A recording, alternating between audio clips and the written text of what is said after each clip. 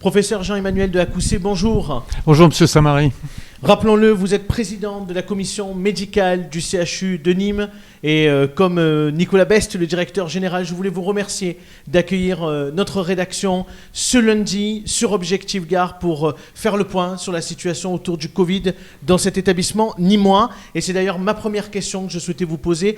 Quelle est la situation précise d'un point de vue sanitaire ? Alors sur le plan sanitaire, au niveau du CHU, je dirais qu'actuellement, on avait eu une vaguelette, on en avait déjà parlé si j'ai bon souvenir. Tout à fait, donc, il y a une petite dizaine de jours. Voilà, depuis, on a une progression lente, mais sûre, constante. Et actuellement, on est plutôt dans un léger plateau ascendant. D'accord. Voilà. Comment on l'explique ? Comment on l'explique ? On l'explique, on a l'impression que c'est par marche. Donc finalement, la montée paraît progressive si on lise bien, mais en fait, on a l'impression que ça va être comme ça. Et je vous dis, je crains un petit peu ce week-end. D'accord. Voilà. Mais c'est gratuit, j'ai pas d'éléments forcés. Oui, bien sûr, parce que généralement, c'est le lundi où vous faites un peu le point sur la situation week-end pour voir effectivement combien sont rentrés et combien derrière sont en réanimation. Monsieur Samary, il y a un truc extrêmement simple. Qu'est-ce qu'il y a eu il y a 15 jours ? Heureusement, Nîmes a gagné. Mais on a fait la fête après. Donc on va voir. J'espère me tromper. Qu'on fasse la fête, c'est bien, mais qu'on fasse au moins avec les masques et les gestes barrières. Or, d'après ce que l'on m'a dit, on les avait oubliés. Professeur, est-ce que vous êtes inquiet pour les prochaines semaines ? Si je n'étais pas inquiet, je crois que je serais inconscient et il faudrait m'hospitaliser en psychiatrie rapidement. Oui, je suis inquiet, mais il faut l'être. Mais ce n'est pas parce qu'on est inquiet qu'on n'est pas préparé. Donc, nous nous préparons quotidiennement pour pallier et pour faire front si on avait un afflux. Et on fait front tout le temps. On l'a fait il y a 15 jours. On le fera là encore si c'est nécessaire. On a toujours une disponibilité en lit de réanimation, de soins critiques. Alors, on a parlé avec le directeur aujourd'hui. Vous avez effectivement des lits encore de disponibles. Et c'est peut-être cette bonne nouvelle pour l'instant, bien évidemment.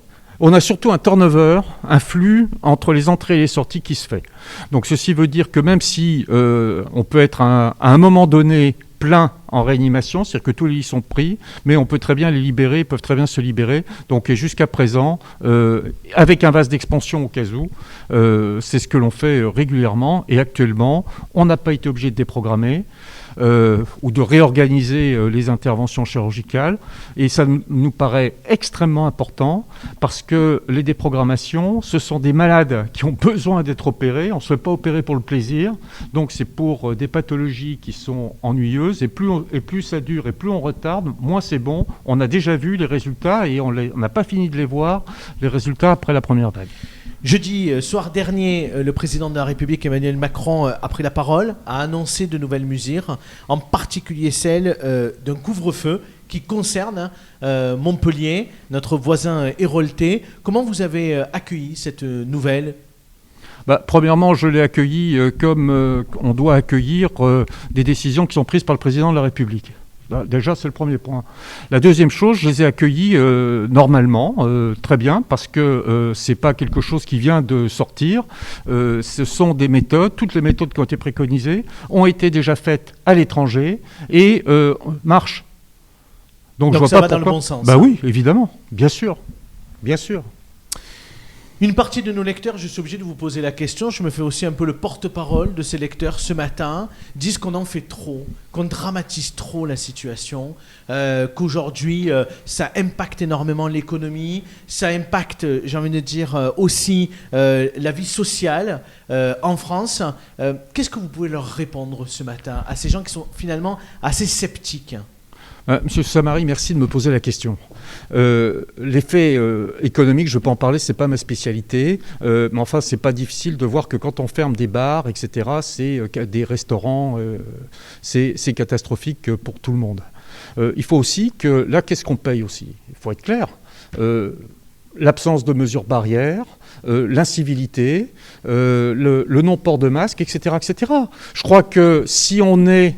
Là encore, ça, le président de la République a dit, si on est solidaire et si on se comporte en citoyen, on devrait pouvoir quand même combattre un virus. Donc, que les gens soient sceptiques, ils peuvent être sceptiques. De toute façon, la théorie du complot, ça sera ni la première ni la dernière fois qu'on vivra une théorie du complot. Mais ce qui est clair, c'est que le SARS-CoV-2 est un virus qui existe, que le Covid existe, que pour l'instant, il continue à infecter des gens, notamment des personnes fragiles, qu'il y a encore des gens qui meurent en France et ailleurs. Et donc... Où on continue à être sceptique et puis on ne porte pas de masque, etc. Et puis on va se contaminer. Je rappelle qu'il n'y a pas que les vieux qui vont en réanimation. Hein. Il y a également des sujets jeunes, sans tard. D'ailleurs, c'est ce que disait le président jeudi soir, en disant que la moitié des personnes qui sont en réanimation aujourd'hui ont moins de 60 ans. Absolument. Mais il y en a même qui ont moins de 40 ans.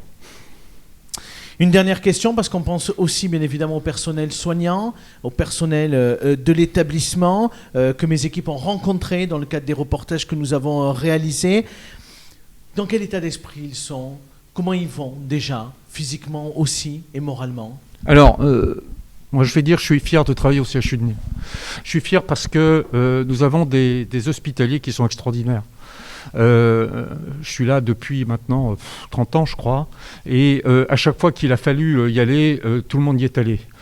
Les gens sont fatigués, soyons clairs. Ils sont fatigués, ils sont épuisés. Parce qu'on leur demande beaucoup. Et le SARS-CoV-2 et le Covid demandent beaucoup. Il faut isoler, il faut faire attention. Il ne faut pas oublier que le personnel soignant est directement exposé au SARS-CoV-2 et que c'est aussi un danger pour eux. Donc il faut penser à tout ça. Et malgré tout, ils font face. Nous faisons face. Donc chapeau, bravo à eux. Et c'est pas fini, mais je le dis, nous sommes fatigués. Nous sommes fatigués parce que c'est une crise qui dure.